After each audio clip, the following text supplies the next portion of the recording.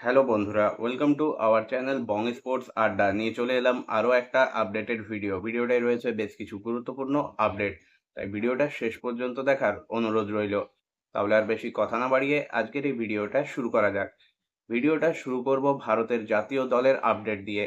আজ world cup কোয়ালিফায়ারের গুরুত্বপূর্ণ ম্যাচে নামতে চলেছে ভারতীয় জাতীয় দল কুয়েতের বিরুদ্ধে। প্রথম পর্বের ম্যাচে এই কুয়েতকে হারিয়েছিল ভারতীয় দল। বর্তমানে 4 ম্যাচে 4 পয়েন্ট নিয়ে দ্বিতীয় স্থানে রয়েছে ভারতীয় দল নিজেদের গ্রুপে। এই ম্যাচটা ভারতীয় দলের কাছে কিন্তু মরণবাচন ম্যাচটা জিতলে ওয়ার্ল্ড কাপ কোয়ালিফায়ার রাউন্ড 3 তে যাওয়ার সম্ভাবনা কিন্তু অনেকটাই উজ্জ্বল হয়ে যাবে ভারতীয় দলের জন্য। তবে এই ম্যাচটা আরও একটা বিশেষ কারণে ইম্পর্ট্যান্ট। আজকের ম্যাচের শেষেই কিন্তু বুট জোড়া তুলে রাখবেন ক্যাপ্টেন, লেজেন্ড, লিডার, ভারতীয় ফুটবলের icon the goat Sunil Chhetri. তার জন্য ভারতীয় দল এবং আপামর ভারতীয় ফুটবল প্রেমীরা চাইবে এই ম্যাচটা ভারতীয় দল দুর্দান্ত জিতে একটা সেরা ফেয়ারওয়েল উপহার দিক সুনীল ছেত্রীকে। বর্তমানে অ্যাক্টিভ খেলোয়াড়দের মধ্যে তিনি কিন্তু তৃতীয় সর্বোচ্চ গোল স্কোরার। তার মতো একজন প্লেয়ারের জীবনের শেষ ম্যাচটাও যেন একটা দুর্দান্ত জয় দিয়েই শেষ হয়, সেটাই চাইবে সকলেই।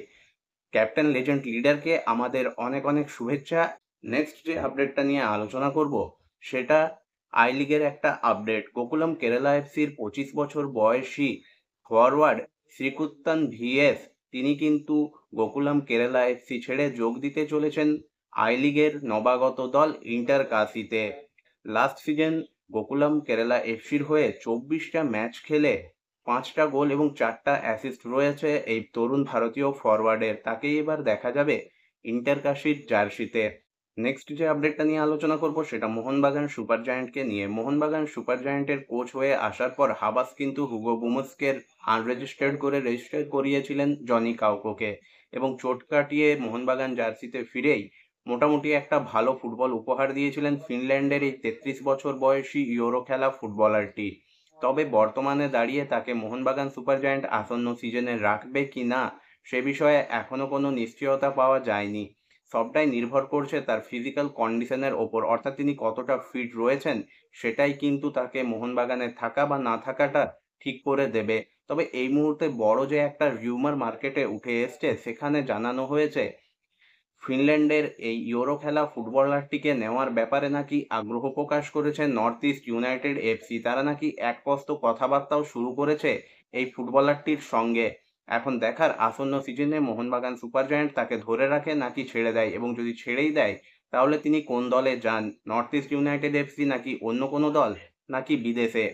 তবে তাকে নেওয়ার জন্য যে কোনো দলই মুখিয়ে থাকবে সে বিষয়ে কোনো সন্দেহ নেই, কারণ এইরকম একজন ক্রিয়েটিভ ফুটবলারকে পেতে সকল দলই আগ্রহী হবে। ভিডিওটা শেষ করব মোহামেডান স্পোর্টিং ক্লাবের একটা আপডেট দিয়ে। মোহামেডান স্পোর্টিং ক্লাব তাদের ভারতীয় মিডফিল্ডার বেদার্শর সিংকে কিন্তু অফিসিয়ালি বিদায় জানিয়ে দিয়েছে।